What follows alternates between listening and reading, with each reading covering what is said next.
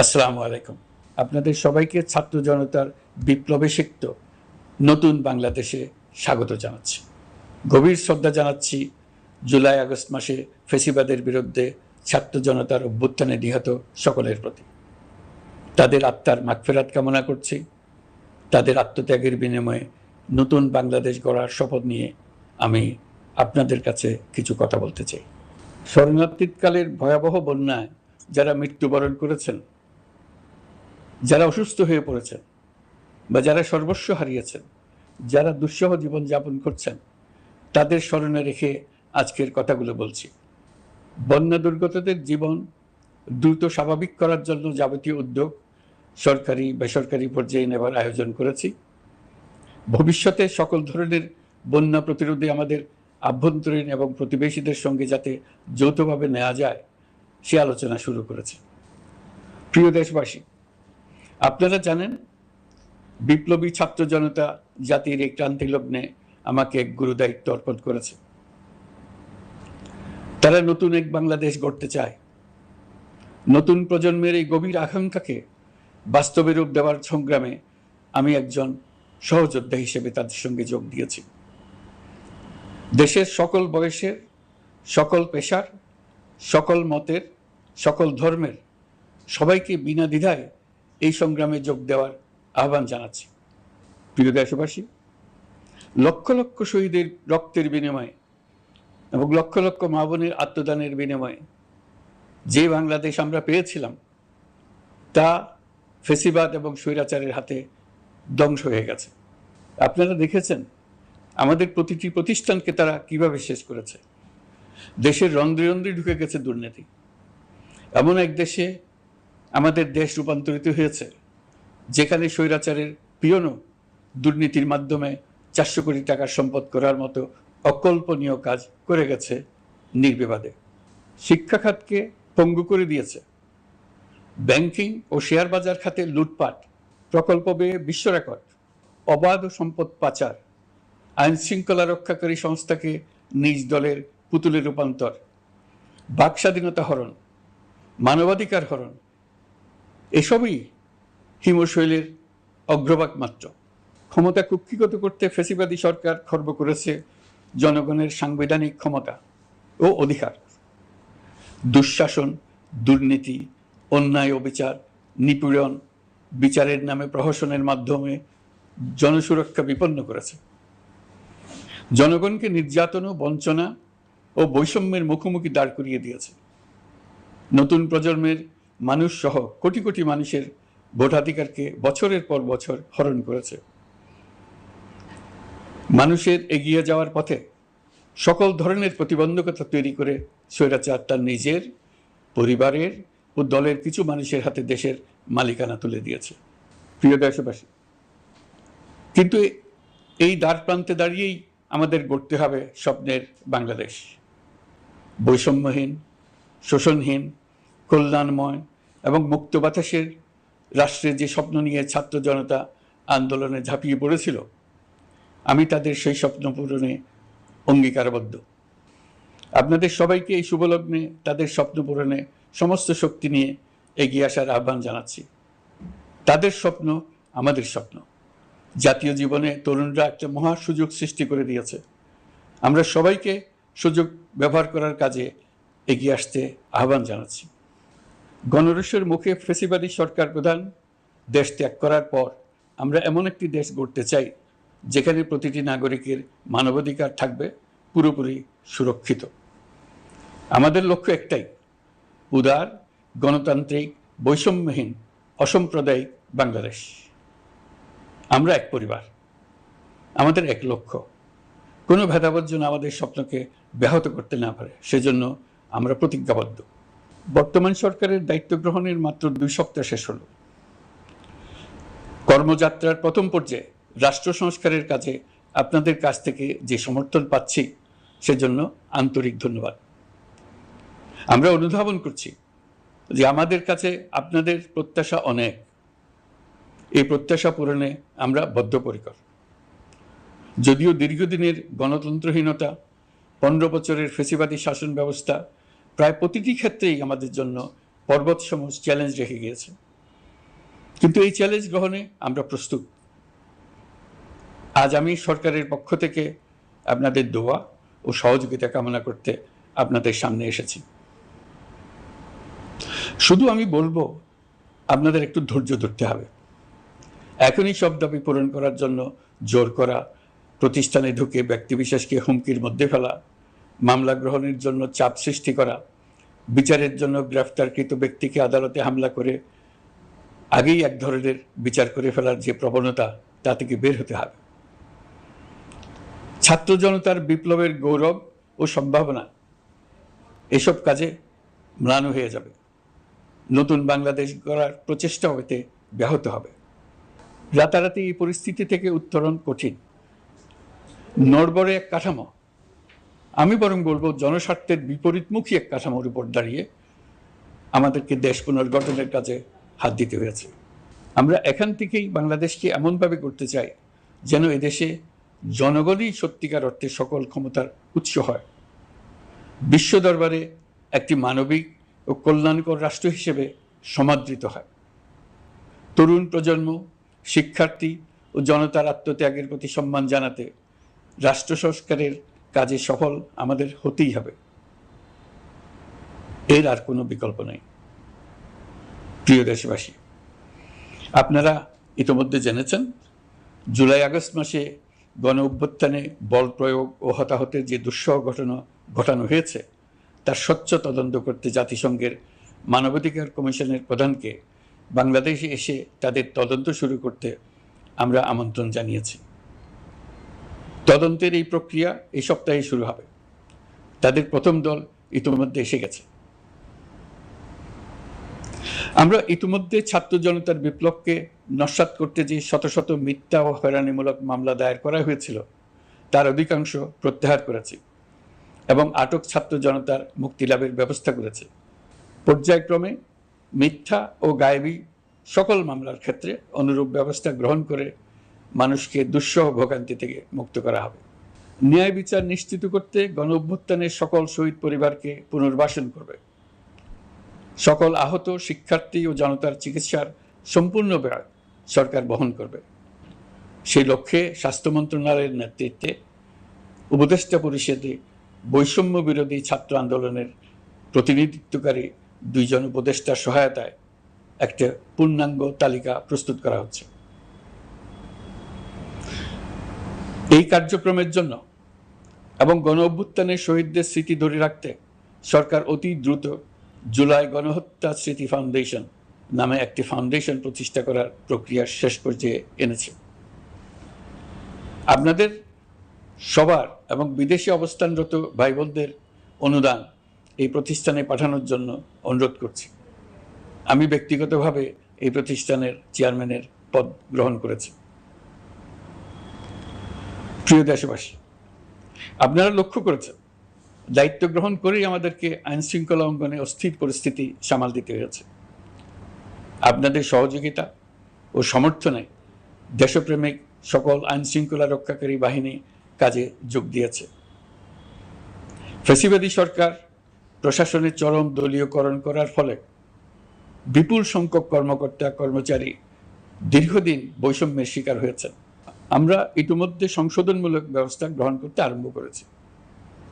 তবে প্রশাসনকে গতিশীল রাখতে এবং একই সাথে সুনির্দিষ্ট পদ্ধতি অনুসরণ করে সঠিক সিদ্ধান্তে উপনীত হতে সময় প্রয়োজন। সেজন্য সকলকে ধৈর্য ধরার অনুরোধ করছি।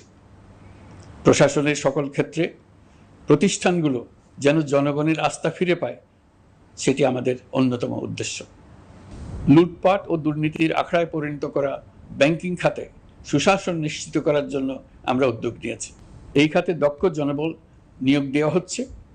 ব্যাংকিং খাতে শৃঙ্খলা স্থাপন, ব্যবসা বাণিজ্যে সহায়ক পরিবেশ তৈরি এবং জনগণের জীবনযাপন সহজ করতে নিত্য প্রয়োজনীয় দ্রব্যমূল্য ও মূল্যস্ফীতি নিয়ন্ত্রণে আনার আমরা উদ্যোগ সচল করেছি। ব্যাংকিং খাতে দীর্ঘমেয়াদী সংস্কারের জন্য ব্যাংক কমিশন গঠন করা হবে। আর্থিক খাতে সার্বিক পরিস্থিতি ও সংস্কার বিষয়ে একটি রূপকল্প তৈরি করা হবে, যা দ্রুত জনসমক্ষে প্রকাশ করা হবে। শেয়ার বাজার, পরিবহন খাত সহ যেসব ক্ষেত্রে চরম বিশৃঙ্খলা বিরাজ করছে তা নিরসনের দ্রুত পদক্ষেপ নেওয়া হচ্ছে। বিচার বিভাগকে দুর্নীতি ও দলীয় প্রভাব মুক্ত করতে কার্যক্রম শুরু হয়েছে। একটি সুনির্দিষ্ট প্রক্রিয়ার মধ্য দিয়ে বিচার বিভাগের স্বাধীনতা ও জবাবদিহিতা নিশ্চিত করার উদ্যোগ নেওয়া হয়েছে। ফ্যাসিবাদী সরকারের বিচার বহির্ভূত হত্যাকাণ্ড, গুম, খুন, অপহরণ এবং আয়নাঘরের মতো চরম ঘৃণ্য সকল অপকর্মের ন্যায় বিচার নিশ্চিত করা হবে। এসব অপকর্মের সঙ্গে জড়িত সকলের বিচার নিশ্চিত করা হবে। তালিকা প্রস্তুত করে মিথ্যা মামলা প্রত্যাহার করা হবে। দুর্নীতি ও সম্পদ পাচারের বিচার করা হবে। আইন শৃঙ্খলার ক্ষেত্রে জনমুখী ও দলীয় প্রভাবমুক্ত জবাবদিহিমূলক কাঠামো সৃষ্টির লক্ষ্যে পুলিশ কমিশন গঠন করা হবে। জাতিসংঘের তদন্ত প্রতিবেদন, দায়িত্বপ্রাপ্ত সকল সংস্থা ও জনগণের সাথে মত বিনিময়ের মাধ্যমে কমিশনের নেতৃত্বে প্রয়োজনীয় সংস্কার করা হবে। বাংলাদেশকে আর কোনো দিন কেউ যেন কোনো পুলিশি রাষ্ট্রে পরিণত করতে না পারে তার ব্যবস্থা করা হবে। তথ্যের অবাধ প্রবাহ ও গণমাধ্যমের স্বাধীনতা নিশ্চিত করা হবে। ফ্যাসিবাদী সরকার গণমাধ্যমের উপরও দলীয়করণ ও নির্যাতনের বোঝা চাপিয়েছিল। জনগণের তথ্যের অধিকার নিশ্চিত করতে আমরা প্রতিশ্রুতিবদ্ধ।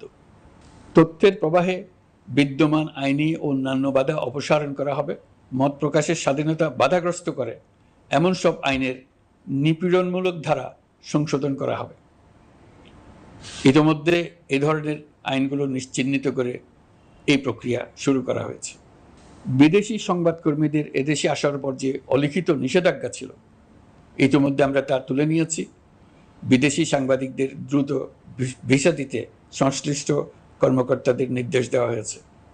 আমরা আশা করি পরিবর্তিত পরিস্থিতিতে গণমাধ্যম কর্মীরা নিরপেক্ষ সাংবাদিকতা চালিয়ে যাবেন। শিক্ষাক্ষেত্রে চরম নৈরাজ্য প্রতিষ্ঠিত করে গেছে বিগত সরকার। আমরা তার পূর্ণাঙ্গ সংস্কারের উদ্যোগ নেব। এটা আমাদের অন্যতম অগ্রাধিকার।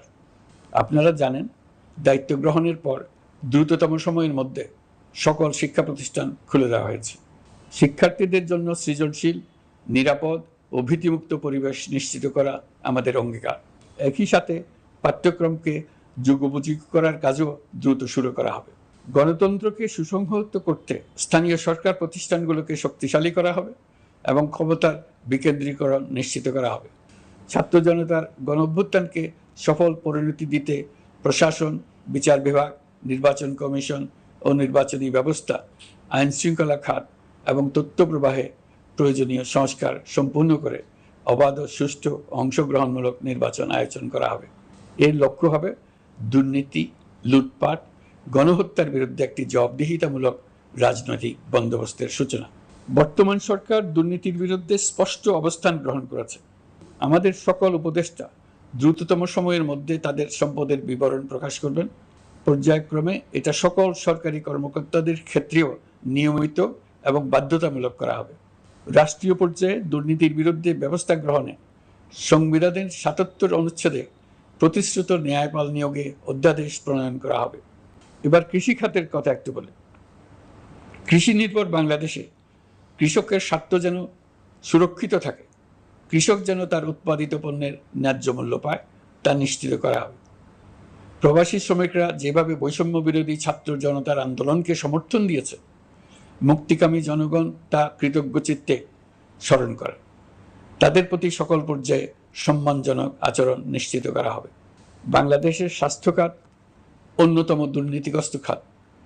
জনগণের জন্য পর্যাপ্ত স্বাস্থ্যসেবা নিশ্চিত করার লক্ষ্যে স্বাস্থ্য খাতে প্রয়োজনীয় সংস্কার করা হবে। এই খাতে সংশ্লিষ্ট সকলকে জবাবদিহিতার আওতায় আনা হবে। হাসপাতালগুলোকে আধুনিকায়নের উদ্যোগ নেওয়া হবে এবং সেখানে সরকারি ডাক্তার সহ বিশেষজ্ঞদের নিয়মিত উপস্থিতি নিশ্চিত করা হবে।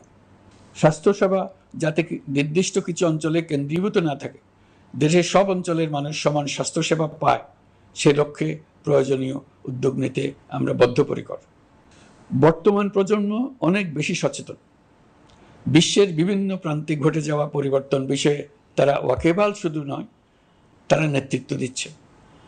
তারা যে উন্নয়নের স্বপ্ন দেখে তা টেকসই এবং পরিবেশ বান্ধব, প্রকৃতি ধ্বংসকারী উন্নয়ন নয়। শুধু জিডিপি একটি দেশের উন্নয়নের মাপকাঠি হতে পারে না। নদী, নালা, খাল, বিল সরকারের অবস্থান সামঞ্জস্যপূর্ণ।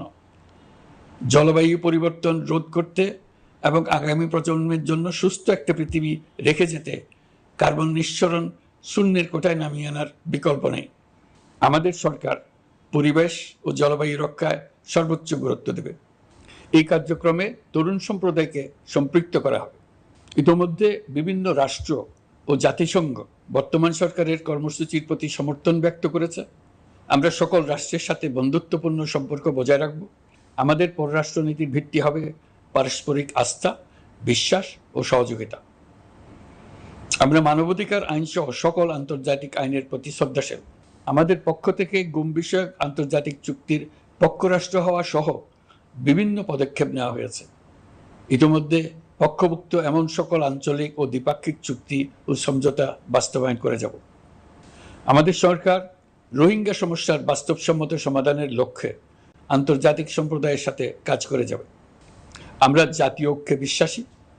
প্রয়োজনীয় সংস্কারের লক্ষ্যে রাজনৈতিক ঐক্যের মধ্যে দিয়ে নিশ্চিত করা হবে নারী, শিশু, প্রতিবন্ধী, ধর্মীয় সংখ্যালঘু, আদিবাসী সকলেই এদেশের নাগরিক এবং সমান আইনের সুরক্ষার অধিকারী।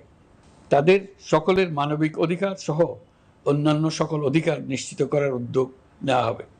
এই জন্য আমি উপদেষ্টা পদমর্যাদা সম্পন্ন একজন বিশেষ সহকারী নিয়োগ দিয়েছি, যার দায়িত্ব হবে জাতীয় সংহতি উন্নয়ন। বন্যা কবলিত এলাকার সকল মানুষের দুর্ভোগ লাঘবে সরকার সঠিক সহায়তা দেওয়ার জন্য সরকারের যত কার্যক্রম আছে তাদের সচল করেছে। ইতিমধ্যে উপদেষ্টাবৃন্দ বিভিন্ন এলাকার দায়িত্ব নিয়ে এলাকায় গেছেন। আমার কার্যালয়ে একটা নিয়ন্ত্রণ কক্ষ স্থাপন করা হয়েছে। বন্যা পরবর্তী কার্যক্রম নেওয়া হয়েছে। ভবিষ্যতে বন্যা নিয়ন্ত্রণের জন্য করণীয় কী স্থির করার জন্য পদক্ষেপ নেওয়া হচ্ছে। দেশপ্রেমিক সেনাবাহিনী, পুলিশ, বিজিবি, র্যাবকে গুম নির্যাতনের কাজে লাগিয়ে তাদের কলঙ্কিত করা হয়েছে। তারা দেশের গৌরব। তাদেরও কিছু অতি উৎসাহী সদস্যের কারণে পুরো বাহিনীকে আমরা কলঙ্কিত দেখতে চাই না। আমরা অপরাধীদের চিহ্নিত করতে চাই এবং তাদের শাস্তি দিতে চাই, যেন ভবিষ্যতে কারো হুকুমে দেশপ্রেমিক কোনো বাহিনীর, পুলিশের, র্যাবের কোনো সদস্য হত্যাকাণ্ড, গুম ও অত্যাচারে জড়িত হওয়ার সাহস না করে। তাদের কাছে হুকুম যত বড় কর্তৃপক্ষের কাছ থেকে আসুক না কেন, তারা তা উপেক্ষা করবে। ভবিষ্যতে উপরওয়ালার হুকুমে এমন ঘৃণ্য কাজ করতে বাধ্য হয়েছে এমন ব্যাখ্যা কারো কাছে গৃহীত না হয় তার ব্যবস্থা করা হবে। আমি দেশরক্ষা বাহিনী, পুলিশ বাহিনী এবং অন্যান্য সহল বাহিনীকে নির্দেশ দিয়েছি তারা তাদের মধ্যে যারা হত্যাকাণ্ড, গুম, খুন বা শারীরিক মানসিক অত্যাচারে সরাসরি জড়িত তাদের চিহ্নিত করে বিচারের ব্যবস্থা করতে। যারা গুম হয়েছে, হত্যার শিকার হয়েছে তাদের তালিকা প্রস্তুত করতে। তাদের পরিবার সমূহকে সান্ত্বনা দেওয়ার ভাষা আমার নাই। তাদের জীবনে শান্তি ফিরিয়ে আনতে আমরা প্রচেষ্টা অব্যাহত রাখব। আমি সকল দেশরক্ষা বাহিনী ও আইনশৃঙ্খলা বাহিনীকে তাদের উপর জনগণের সম্পূর্ণ আস্থা ফিরিয়ে আনতে সকল পদক্ষেপ গ্রহণ করতে নির্দেশ দিয়েছি। গত 15 বছরের দুর্নীতি, অর্থ পাচার ও জনস্বার্থ বিরোধী চুক্তি স্বাক্ষর, প্রকল্পের নামে লুটপাট ইত্যাদি তথ্য নিয়ে একটি শ্বেতপত্র প্রণয়নের জন্য আমি ইতিমধ্যে একটি কমিটি গঠন করেছি। আমি বিভিন্ন দেশের রাষ্ট্রদূত এবং দাতা সংস্থার প্রতিনিধিদের সঙ্গে বৈঠক করেছি এবং করে যাচ্ছি। ছাত্র জনতার গণঅভ্যুত্থানের পর দেশ গঠনের জন্য সকল প্রকার আর্থিক অন্যান্য সহযোগিতার জন্য তাদেরকে অনুরোধ জানাচ্ছি। তারা এই ব্যাপারে আগ্রহ দেখাচ্ছে। তাদের কাছে আমাদের প্রস্তাবসমূহ প্রণয়ন করে দ্রুত পাঠানোর ব্যবস্থা নিয়েছি। তাদেরকে অনুরোধ জানিয়েছি তারা যেন পরিস্থিতির কারণে অতি দ্রুত অর্থ ছাড় করার ব্যবস্থা নেন। তাদেরকেও বলেছি যে অবস্থার মধ্য দিয়ে আমরা যাচ্ছি তা যেমন একটি দুর্যোগপূর্ণ সময়, তেমনি এটা জাতির জীবনে মস্ত বড় সুযোগ। এই সুযোগকে যেন আমরা পূর্ণভাবে কাজে লাগাতে পারি, সেই জন্য তাদের সহযোগিতা চেয়েছি। এই গণ অভ্যুত্থানে বিদেশে অবস্থানকারী বাংলাদেশিরা অত্যন্ত গুরুত্বপূর্ণ ভূমিকা পালন করেছেন। জাতি তাদের অবদান বিশেষভাবে স্মরণ করবে। নতুন বাংলাদেশ গড়ার কাজে আমরা তাদের অংশগ্রহণ চাইব। আমাদের একটি লক্ষ্য হবে বিদেশগামী এবং প্রত্যাবর্তনকারী প্রত্যেক প্রবাসী শ্রমিককে মর্যাদা ও সম্মানের সঙ্গে দেশে আসা এবং যাওয়া নিশ্চিত করা। সে ব্যাপারে শিগগিরই পদক্ষেপ নেওয়া হবে। বিদেশে অবস্থানরত সকলের কাছে আমার আবেদন, তারা যেন তাদের উপার্জিত অর্থ অফিসিয়াল চ্যানেলে দেশে পাঠান। দেশের অর্থনৈতিক সংকট উত্তরণে এই অর্থ বিশেষভাবে প্রয়োজন। কি কি ব্যবস্থা নিলে তাদের জন্য অফিসিয়াল চ্যানেলে অর্থ পাঠানো সহজ হবে সেটা সম্বন্ধে আমরা তাদের পরামর্শ নেব। সারা দেশ ঘুষের মহাসমুদ্রে নিমজ্জিত। কিভাবে ঘুষ থেকে আমরা মুক্ত হতে পারি তার জন্য আমাদের পরামর্শ দেন। শুধু এই কাজটা নিয়ে অগ্রসর হতে পারলেই আমি মনে করি দেশের জন্য এই সরকার একটা গুরুত্বপূর্ণ অবদান রেখে গেছে বলে স্মরণীয় হয়ে থাকবে। আমি কথা দিচ্ছি, এই ব্যাপারে আমি আমার সর্বশক্তি নিয়োজিত করব। আমাদের দায়িত্ব দেশের সকল মানুষকে একটি পরিবারের বন্ধনে আবদ্ধ করা। পরিবারে মতভেদ থাকবে, বাকবিতণ্ডা হবে, কিন্তু আমরা ভাই বোন, আমরা বাবা মা, আমরা কেউ কারো শত্রু না। কাউকে তার মতের জন্য শত্রু মনে করব না, কাউকে ধর্মের কারণে শত্রু মনে করব না, কাউকে লিঙ্গের কারণে শত্রু মনে করব না। আমরা সবাই সমান, কেউ কারো উপরে, কেউ কারো নিচে না। এই ধারণা আমরা জাতীয় জীবনের সর্বক্ষেত্রে প্রতিষ্ঠিত করতে চাই। একটা বিশেষ ব্যাপারে আমরা আপনাদের সহযোগিতা চাচ্ছি। আমাদের দায়িত্ব গ্রহণের পর থেকে প্রতিদিন সচিবালয়ে, আমার অফিসের আশেপাশে, শহরের বিভিন্ন স্থানে সমাবেশ করা হচ্ছে। গত 16 বছরের অনেক দুঃখ কষ্ট আপনাদের জমা আছে, সেটা আমরা বুঝি। আমাদের যদি কাজ করতে না দেন তাহলে এই দুঃখ ঘোচানোর সকল পথ বন্ধ হয়ে যাবে। আপনাদের কাছে একান্ত অনুরোধ, আমাদের কাজ করতে দেন। আপনাদের যা চাওয়া তা লিখিতভাবে আমাদেরকে দিয়ে যান। আমরা আপনাদের বিপক্ষ দল নয়। আইনসঙ্গতভাবে যা কিছু করার আছে আমরা অবশ্যই তা করব, কিন্তু আমাদেরকে ঘেরাও করে এই গুরুত্বপূর্ণ দিনগুলোতে আমাদের কাজে বাধা দেবেন না। সবাই মিলে তাদের বোঝান, তারা যেন এই সময়ে তাদের অভিযোগের প্রতি দৃষ্টি আকর্ষণের জন্য আমাদের দৈনন্দিন গুরুত্বপূর্ণ কাজে বাধা না দেন। একটা বিষয়ে সবাই জানতে আগ্রহী, কখন আমাদের সরকার বিদায় নেবে। এটার জবাব আপনাদের হাতে। কখন আপনারা আমাদেরকে বিদায় দেবেন? আমরা কেউ দেশ শাসনের মানুষ নই। আমাদের নিজ নিজ পেশায় আমরা আনন্দ পাই। দেশের সংকটকালে ছাত্রদের আহ্বানে আমরা এই দায়িত্ব গ্রহণ করেছি। আমরা সমস্ত শক্তি দিয়ে দায়িত্ব পালন করব। আমাদের উপদেষ্টা মণ্ডলীও এই লক্ষ্যে উদ্বুদ্ধ হয়ে সবাই মিলে একটা টিম হিসেবে কাজ করে যাচ্ছি। কখন নির্বাচন হবে সেটা সম্পূর্ণ রাজনৈতিক সিদ্ধান্ত, আমাদের সিদ্ধান্ত নয়। দেশবাসীকে ঠিক করতে হবে আপনারা কখন আমাদেরকে ছেড়ে দেবেন। আমরা ছাত্রদের আহ্বানে এসেছি, তারা আমাদের প্রাথমিক নিয়োগকর্তা। দেশের আপামর জনসাধারণ আমাদের নিয়োগ সমর্থন করেছে। আমরা ক্রমাগতভাবে সবাইকে বিষয়টি স্মরণ করিয়ে যাব, যাতে হঠাৎ করে এই প্রশ্ন উত্থাপিত না হয় আমরা কখন যাব। তারা যখনই বলবে আমরা চলে যাব। আমরা সংস্কারের অংশ হিসেবে নির্বাচন কমিশনকেও সংস্কার করব। কমিশনকে যে কোনো সময় আদর্শ নির্বাচনের জন্য প্রস্তুত রাখব। আমরা বিভিন্ন সংস্কারের কাজ শুরু করেছি। দেশবাসীকে অনুরোধ করব একটা আলোচনা শুরু করতে। আমরা সর্বনিম্ন কি কি কাজ সম্পূর্ণ করে যাব, কি কি কাজ মোটামুটি করে গেলে হবে। এই আলোচনার মাধ্যমে আমরা একটা দিক নির্দেশনা পেতে পারি।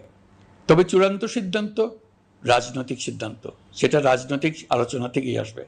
এই দিক নির্দেশনা না পেলে আমরা দাতা সরকার এবং আন্তর্জাতিক অর্থনৈতিক প্রতিষ্ঠানসমূহের সঙ্গে আলোচনায় দৃঢ়তার সঙ্গে অগ্রসর হতে পারছি না। আমি নিশ্চয়তা দিচ্ছি, আমরা আমাদের পক্ষ থেকে মেয়াদ বৃদ্ধির কোনো প্রশ্ন তুলব না। আমরা আপনাদের সকলের দোয়া চাই। যেই কদিন আছি সেই সময়টুকু উপদেষ্টা মণ্ডলীর প্রত্যেকে নিজ নিজ সাধ্যমতো দেশের এই সংকটকালে সংকট উত্তরণে যেন নিজ নিজ মেধা সাধ্যমতো কাজে লাগাতে পারে।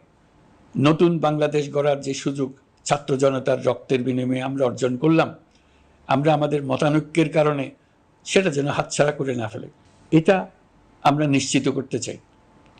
এই সুযোগ এবার হারিয়ে ফেললে আমরা জাতি হিসেবে পরাজিত হয়ে যাব। শহীদ, আহত এবং জীবিত ছাত্র জনতার কাছে আমরা প্রতিজ্ঞাবদ্ধ থাকতে চাই। আমরা এই অর্জনকে কিছুতেই হারিয়ে যেতে দেব না।